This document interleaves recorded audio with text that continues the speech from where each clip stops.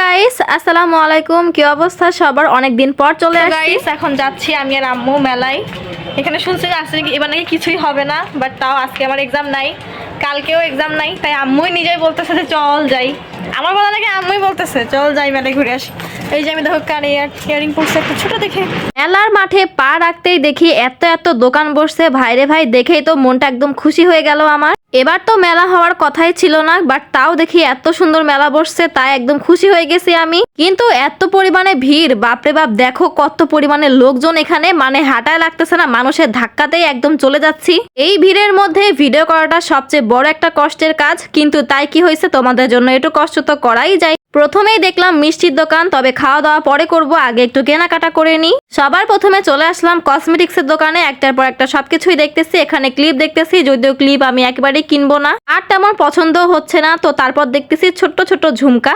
সামনে একটা বিয়ের অনুষ্ঠান অ্যাটেন্ড করতে হবে, এজন্য একটু কেনাকাটা করতেছি তার জন্যই। তো আম্মু বললো এই ঝুমকাটা নাকি ভাল লাগতেছে, তাই একটা কিনে নিলাম আমি। তারপরে দেখলাম এতগুলা রং বেরঙের চুড়ি, তাই কিনে নিলাম একটা খয়েরি রঙের চুড়ি। এতগুলা কালার দেখে ভাই আমি পুরাই কনফিউজ, তাই এটাই নিয়ে নিলাম।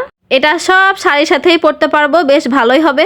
তারপরে দেখতেছি এখন ক্লিপ, যদিও বাসায় অনেক ক্লিপ আছে, সেগুলো আমি একেবারেই পরি না, তাই একদমই কিনলাম না। তারপরে একটা মাস্কারা কিনে নিলাম, আর একটা ছোট্ট কানের দুল এই সাদা রঙেরটা কিনে নিলাম। দোকানগুলোতে তো অনেক বেশি ভিড়, তো মনে করলাম যে একটুখানি খাওয়া দাওয়া করে নিই। তো সবার প্রথমেই চলে আসলাম একটা পাপড়ের দোকানে। আমার আম্মু পাপড় খেতে খুব বেশি পছন্দ করে, তো আম্মু খাচ্ছে পাপড়, আর আমি এখানে খাচ্ছি চানাচুর মাখানো। একদম বুদিয়া দিয়ে মিষ্টি মিষ্টি চানাচুর মাখানো, অনেক বেশি ভাল লাগে আমার। তারপর এখন খাচ্ছি দুই মা মেয়ের নুডলস, আর দেখো এখানে কি হচ্ছে। গাইস এখন আমরা খাবো নুডলস। আমার মা এখন খাচ্ছে পাপড়, খুব বিদঘুটে ভাবে, তাই আমি দেখাচ্ছি না, শুধু কষ্ট করে।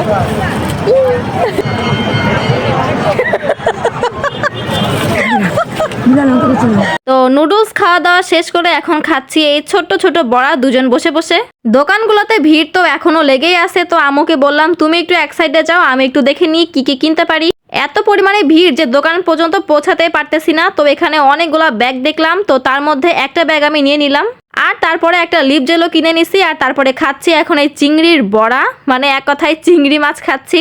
এই চিংড়ি মাছ আমার বেশ ভালোই লাগে খেতে। তো তারপরে খাচ্ছি এখন আখের রস, এই ঠান্ডার মধ্যেই কেন জানি খেতে মন চাইলো, তাই খাচ্ছি।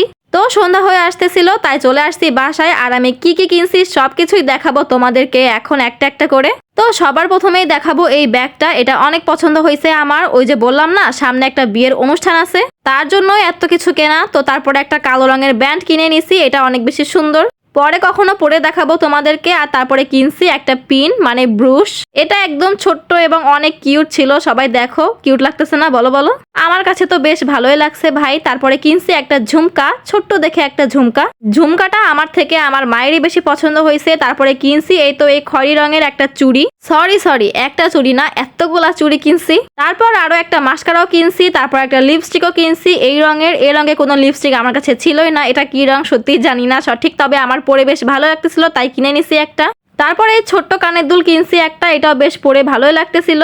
তারপর এই তো এই লিপ জেলটাও কিনছি, এটাও অনেক বেশি কিউট লাগতেছে, একদম চিকচিক করতেছে।